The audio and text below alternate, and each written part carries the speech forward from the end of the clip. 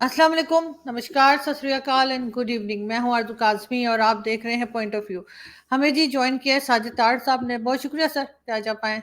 My thank you so pleasure. My much thank you so much. Thank you.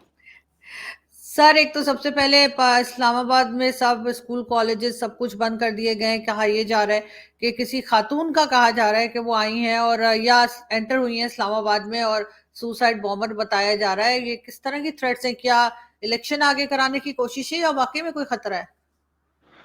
देखिए, इसमें आरजू मुख्तलिफ किस्म की ओपिनियन आ रही है। एक ओपिनियन तो ये भी आ रही है, लोगों का ख्याल है कि शायद वहां पे जो पहले बलोची खवातीन का एक जो कैंप लगा है, शायद उसको उठाने के लिए एक वजह बनाई जा रही है ताकि उन खवातीन को कहा जाए कि आप अपने घरों में वापस चले जाएं। दूसरा, मैं ये यहाँ पे ये कहना चाहूंगा कि अगर मुल्क के अंदर इस तरह की थ्रेट्स आ रही हैं, आपने स्कूल जो है बड़ी बड़ी यूनिवर्सिटियां इस्लामाबाद की बंद कर दी हैं, लेकिन वजीर आजम साहब जो है खुद डाइवोर्स चले गए वहां से कारोबार लाने के लिए।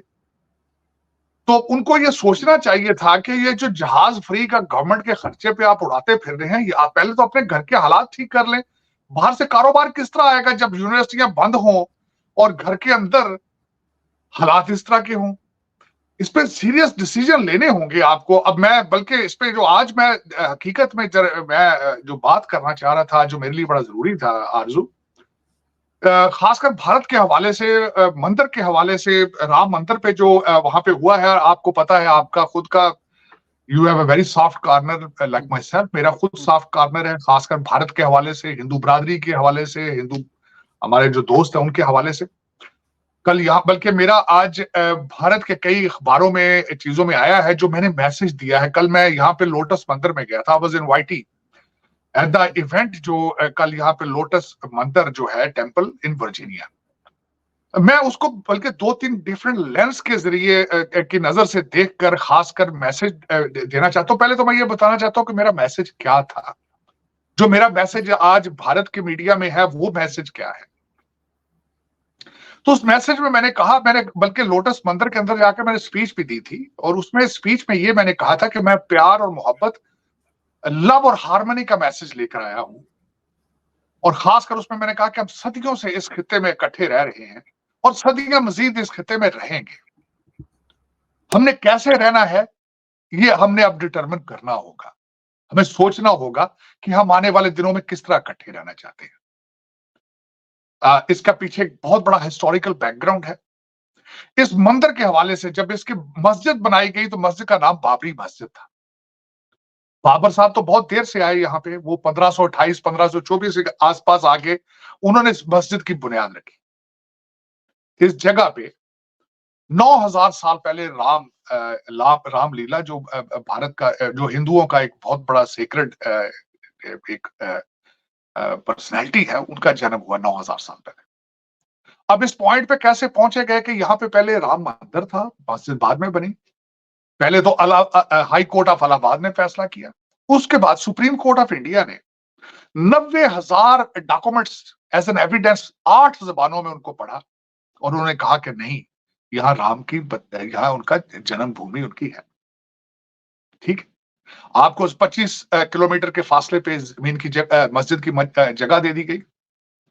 मैं जब रिसर्च इस पे कर रहा था, मुझे ये भी देखने में इत्फाक हुआ कि वहां उस मस्जिद के जो इंचार्ज हैं शेख साहब, वो भी बीजेपी से उनका रिलेशनशिप है।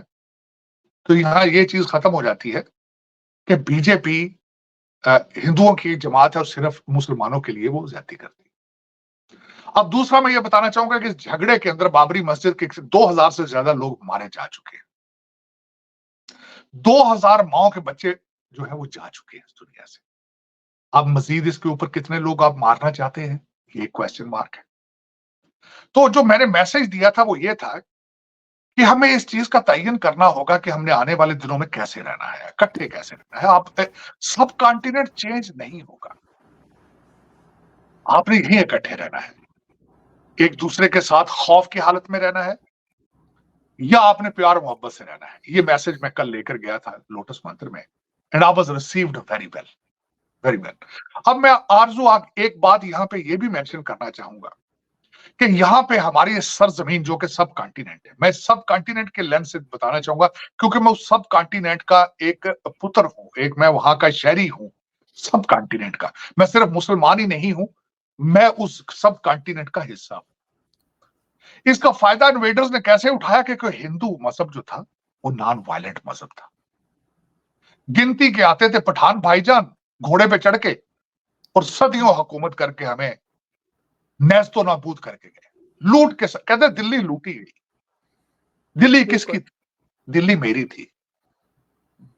दिल्ली सब कॉन्टिनेंट की थी।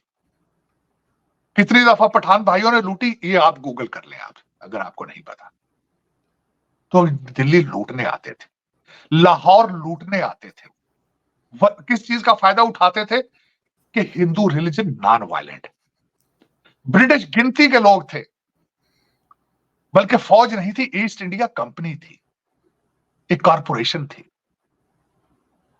क्वीन ने तो इसको टेक ओवर किया 1859 में। ये भारत, ये इंग्लैंड के राज का हिस्सा 1859 में बना था। किस चीज का फायदा उठाया? हिंदू मजहब के सॉफ्टनेस का फायदा उठाया। अब मैं आज अपने हिंदू भाइयों के साथ उनकी खुशियों में शरीक क्यों होना चाहता हूं? आज उन्होंने दुनिया से बता दिया है कि it's not the same India anymore, और मैं आज उनके साथ हूं। और ये वजह है, और पाकिस्तान को और दूसरे लोगों को भी अब इस चीज पे सोचना होगा, सोचना चाहिए मेरे ख्याल में। पाकिस्तान भारत, पाकिस्तान भारत बांग्लादेश जो कुछ भी है, कोशिश करें। अगर ईस्ट और वेस्ट जर्मनी इकट्ठा हो सकता है तो आपको कोई तकलीफ नहीं है। बॉर्डर साफ कर लें, अपनी शनाख्त अलग रखें आप। मैं ये नहीं कहूंगा आपको, मैं ये नहीं कहूंगा कि आप अपने मजहब तब्दील करें, लेकिन कोशिश करें इकट्ठे कैसे रहना है, प्यार और मोहब्बत से। मैं ये कल मैसेज देकर भी आया हूं और मेरा यही, मैं इस चीज पे बिलीव करता हूं। दुनिया का हर मजहब आरजू, मैं उसके बारे में पढ़ चुका हूं, प्यार और मोहब्बत और इज्जत का मैसेज देता है, और इसी के साथ सर्वाइवल। दुनिया इसी के साथ आगे जा सकती है। नफरतों, दहशतगर्दियों, शरारतों के साथ अब आगे नहीं बढ़ सकते। मैं हिस्ट्री का स्टूडेंट हूं, पॉलिटिकल साइंस का स्टूडेंट हूं, करंट अफेयर का स्टूडेंट हूं, लॉ का स्टूडेंट हूं, और हर किताब ने मुझे यही बताया है कि आप सिर्फ प्यार और मोहब्बत और हार्मनी के साथ, नॉलेज के साथ, तालीम के साथ आगे जा सकते हैं, वरना आप आगे नहीं जा सकते। आज कल बल्कि मेरे मैसेज में लिखा है, आज अखबारों में, भारत के अखबारों में छपा है कि let's find out how to move forward. हम पीछे नहीं जा सकते, आगे जाएंगे। तो यही मेरा मैसेज था। बल्कि आज मैं राम मंदिर के हवाले से इस बात पे, वहां पे देखें, मैं एक एक पल की खबर है मुझे वहां पे क्या हो रहा है। 1 crore 140 crore dollar, million dollars का वहां पे खर्चा किया, नया एयरपोर्ट वहां पे बन रहा है। आज वहां पे तकरीबन 7,000 इनवाइटी हैं, लेकिन 5 लाख के करीब वहां पे पार्टिसिपेट है। 1 लाख लोग वहां मुसलसल यात्रा के लिए जाएंगे। और आज मोदी साहब की तकरीर भी मैंने सुनी, वर्ड बाय वर्ड सुनी। उन्होंने कहा आज के 22 जनवरी 2024 दुनिया के लिए एक नया सूरज लेके उभरा है, भारत का सूरज लेके उभरा है। और उसके साथ ही आज मैं अभी जो पढ़ के बैठा हूं अभी, कि उनका उस अयोध्या मंदिर के बाद, राम मंदिर के बाद पहला डिसीजन 1 करोड़ घरों के अंदर सोलर एनर्जी गवर्नमेंट के खर्चे पे दिया जाए।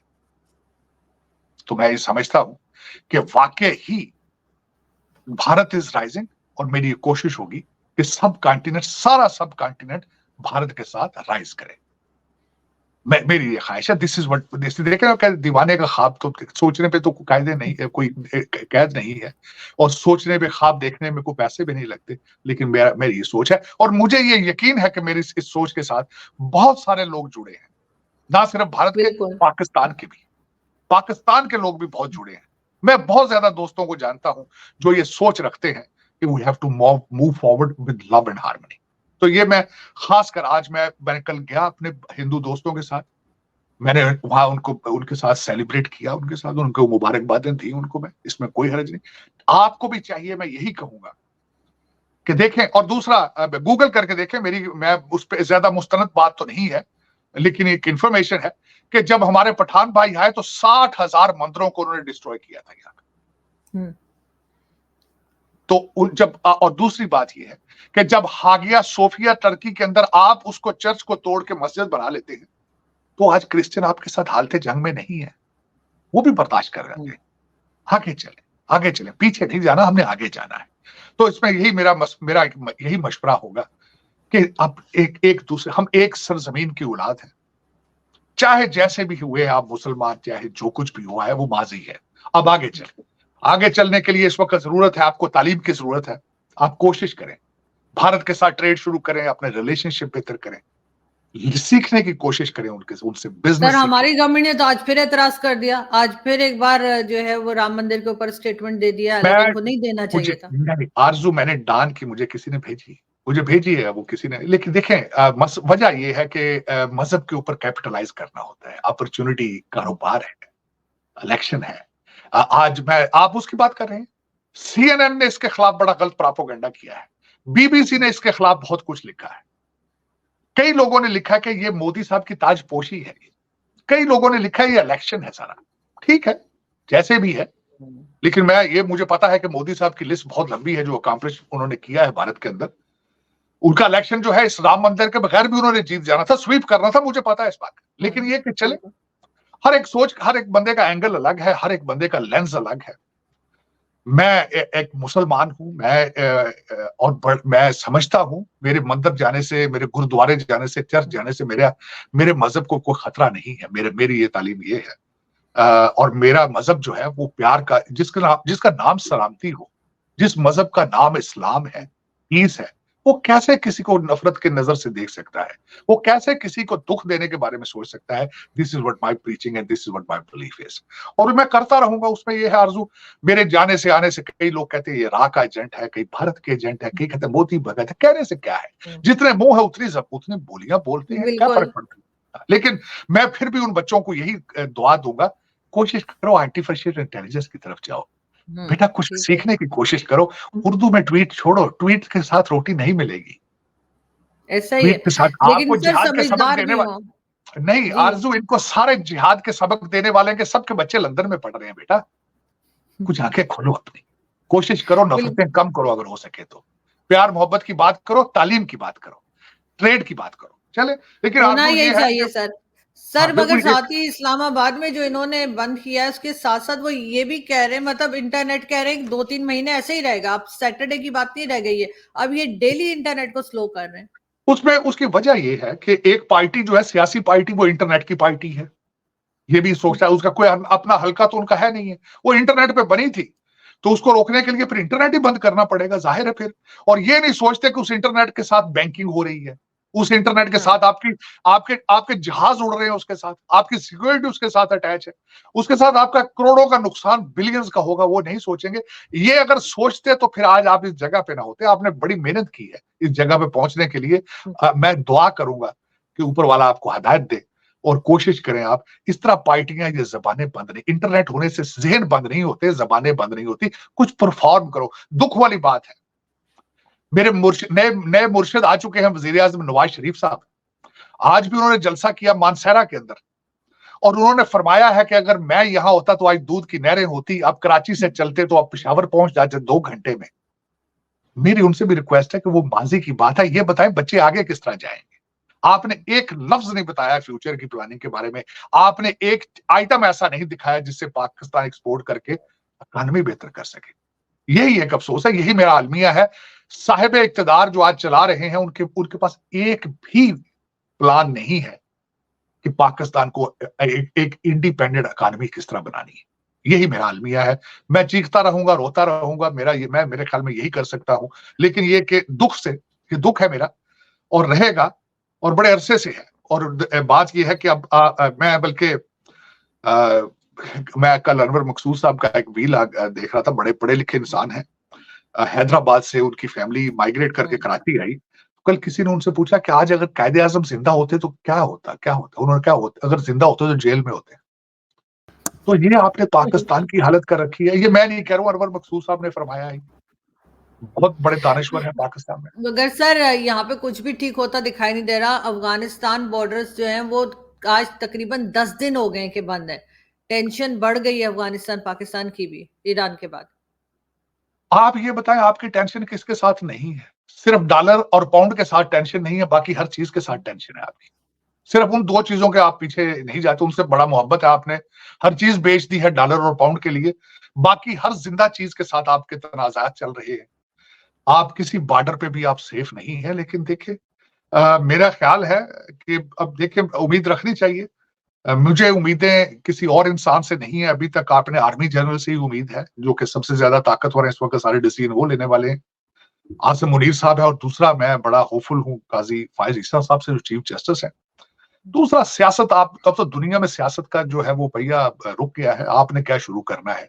आपने तो ना सियासत के साथ, ये मैं बताना चाहूंगा, जमहूरियत सियासत के साथ सबसे बड़ा इंपॉर्टेंट एलिमेंट होता है तालीम का। वो आपने उसकी तरफ तवज्जो नहीं दी है। हादसाती तौर पर आपने अब्बासियत दौर के बाद आपने बिल्कुल पाकिस्तान तालीम की तरफ पूरी इस्लामिक वर्ल्ड में तवज्जो नहीं दी। उसमें खासकर मैं ये बताना चाहूंगा कि उसके बाद आप ऐसे जिहाद की कश्ती पे चढ़े हैं, बस आप उससे उसके बाद वहां से उतरे नहीं है। अफसोस के साथ मैं ये कहूंगा, आपने हर चीज में कोशिश की कि कारोबार किया जाए, पैसा बनाया जाए, इस्लाम को इस्तेमाल किया जाए, और वो यही हो रहा है। आज बल्कि एक और खबर थी कि एक बच्चा पाकिस्तानी किसी पुल के साथ हम्म, दिन दिहाड़े हम्म, इस्लामाबाद में छलांग लगा के खुदकुशी कर ली उसने, जी। फंदा ले। तो वो तो एक बच्चा था। मेरे ख्याल में इस वक्त आपके जो सरकमस्टांसेस हैं, मुझे कल किसी ने, अजीज ने बताया, कहते हैं जी मैंने 25,000 रुपया महीने का कमाता हूँ। तो मैं कहा क्या खाते हो, तो क्या पीते हो? कहते जी बस इससे रही। हम्म। तो लेकिन इस्लामाबाद, सर सऊदी अरब जरूर चेंज हो रहा है। सऊदी अरब जो है, उन्होंने ये कहा है कि जितनी भी ऐसी चीजें जो शिद्दत पसंद है या इस किस्म का कुछ भी मवाद होगा उनके पास, कोई भी ऐसा कंटेंट होगा, तो उसको खत्म किया जा रहा है। सऊदी अरब बदल रहा है, तो हम क्यों नहीं? देखिए उनके पास तो तेल है, पर आपके पास तेल हो तो आप भी शायद तब्दील हो जाएं। उनके पास पैसा तो है, आपके पास पैसा नहीं है। दूसरा ये है कि सऊदी अरेबिया में रहते हैं, वो लंदन और दुबई में नहीं रहते। आप सारा तो आपका तो कारोबार सारा लंदन और दुबई के साथ है। आपके तो सारे बच्चे तो वहां बैठे हैं। 25 करोड़ लोगों के गुर्दे बेच के जो आप उनको लंदन और दुबई में प्रॉपर्टियां बना रहे हैं, सऊदीज को ये प्रॉब्लम नहीं है। आप हर चीज से बच जाएंगे, करप्शन से नहीं बचेंगे। आज आपको कैंसर की तरह करप्शन खा रही है, कैंसर की तरह खा रही है। अब आपके पाकिस्तान के 25 करोड़ लोगों के बोन मैरो में करप्शन जा चुकी है। पूरी कंट्री के अंदर खालिस दूध का गिलास तक नहीं मिलता। और क्या है पाकिस्तान का मतलब? क्या? ला इलाहा इल्लल्लाह। मैं तो कहता हूं इसको छोड़ दें, इसको इस्तेमाल करना। आप इस्लाम के नाम को आप बदनाम कर रहे हैं। दुनिया का वाहिद एक कंट्री है जो इस्लाम के नाम पर बना है, और वहां इस्लाम नाम की चीज ही नहीं है। फ्रॉड, धोखा, करप्शन, बस। क्या ये इस्लाम है? क्या ये मुल्क इस तरह चलते हैं जिस तरह चला रहे हैं आप? पता नहीं फिर आपको कौन बचाएगा, या आप कैसे आगे मूव फॉरवर्ड करेंगे। लेकिन मैं दुआ ही कर सकता हूँ। मैं कोशिश तो मैं मुसलसल करता हूँ, आपको बताऊं कि ये शरारतें छोड़ें, ये धोखे छोड़ें, ये फ्रॉड छोड़ें, ये दहशतगर्दी छोड़ें, ये करप्शन छोड़ें, तालीम की तरफ तवज्जो दें, मैथ पढ़े, सर इंग्लिश पढ़े। सर इनको आदत नहीं पड़ गई है हर वक्त आईएमएफ से पैसा लेने की? कभी चाइना से, कभी सऊदी अरब से कमाने का या काम करना नहीं, छोड़ नहीं दिया है पाकिस्तान ने? आरजू नहीं। वो तो पाकिस्तान पहुंचता ही नहीं है पैसा। वो जो आईएमएफ से और चाइना से लेते हैं, वो तो सौदे दुबई में होते हैं। देखिए ना भाई, वॉशिंगटन डीसी से पैसा तो बाहर जाता ही नहीं है। गुर्दे आप लिख के दे देते हैं आपके सारी कौम के, लेकिन पैसा तो यही बैंक से बैंक चला जाता है। आप पाकिस्तान तो अपनों पैसों से चला रहा है, जिस तरह भी भूखा सड़ा चल रहा है। क्या चल रहा है उसने? लेकिन ये कि वो ये पैसा जो आप आईएमएफ से, सऊदी अरेबिया से या इन मुल्कों से लेते हैं, वो पाकिस्तान थोड़ी पहुंचता है। पहुंचता होता तो वहां ये हालत होती। वो कहां पहुंचता है? यही तो अलमिया है। पाकिस्तान में सर ये डॉलर लोग लाना कोई देना बंद प्रॉब्लम नहीं करें है। ना। नहीं आरजू नहीं, आपके चलाने वाले बहुत ज्यादा तालीम याफ्ता हैं, बहुत स्मार्ट लोग हैं। सबके पास हार्वर्ड की डिग्रियां हैं, ऑक्सफोर्ड की डिग्रियां हैं। और उनकी डिग्रियों की, मास्टर डिग्रियों के उनके मेजर जो है वो करप्शन है, मनी लॉन्ड्रिंग, ये है। और वो उसमें एक्सपर्ट है। वो बता, देखिए आप मैंने कहा इस्लामाबाद में इस वक्त आपका हर दूसरा अफसर है, उसके जेब के अंदर ऑक्सफोर्ड और हार्वर्ड की डिग्री है। लेकिन फ्रॉड मुंह पे लिखा है, रिश्वत मुंह पे लिखी है उसके, लानतें पड़ी हैं। बिल्कुल है। कनाडा के पीआर के लिए सारा मुल्क भेज देते हैं, कर रहे हैं सारा। सबको पता है। मैंने कई दफा कहा है कि जजों के बच्चों की नेशनैलिटियां बताएं, अपने अफसरान के बैंक अकाउंट और इनके बच्चे और बीवियों की नेशनैलिटियां डिस्क्लोज करें, इस कौम को बताएं क्या है ये लोग। इनके नाम बिल्कुल। ईसीएल में डालें। कौन डालेगा ये? अभी तक तो बच्चा पैदा नहीं हुआ कोई 9 महीने का अभी तक पाकिस्तान में। यही तो अलमिया है, यही तो प्रॉब्लम है। देखिए मगर सर आसिम देखते हैं क्या मुनीर कर। साहब अगर, लेकिन आरजू ये बता दो, आसिम मुनीर साहब अगर डिलीवर ना कर पाए, उसके बाद दरवाजा बंद है। उसके बाद फिर आप उसके बाद पतली गली, आप बंद गली में फंस जाएंगे, फंसे हैं आप बिल्कुल। क्योंकि जो बंदा आसिम मुनीर का, जो मैंने पोर्टफोलियो स्टडी करता हूं, if this person is not able to to to deliver it, to save Pakistan, उसके बाद कोई उम्मीद की ये आखिरी किरण है आपके पास, ये मैं बता रहा हूं। सर लोगों को इनसे भी उम्मीद नहीं रही है, लोगों को इनसे भी कोई नहीं, उम्मीद नहीं रही है। नहीं, ईरान का नहीं, मुझे भी है, मैं इनके ऑपरेशन से पूरी तरह इत्तेफाक नहीं, मुझे इनके खासकर एतराज इनकी स्पीड पर इत्तेफाक नहीं, रफ्तार पर इनकी नहीं, लेकिन अभी तक जो मैं आसपास से खबरें सुन रहा हूं कि he is a gentleman, he is a leader and he is determined. Let's see. देखते हैं सर क्या होता है, लेकिन इनसे उम्मीद, अब आम पब्लिक को इनसे भी उम्मीद नहीं रही है। बहुत शुक्रिया सर कि आज आपने ज्वाइन किया। Thank thank you. You so much.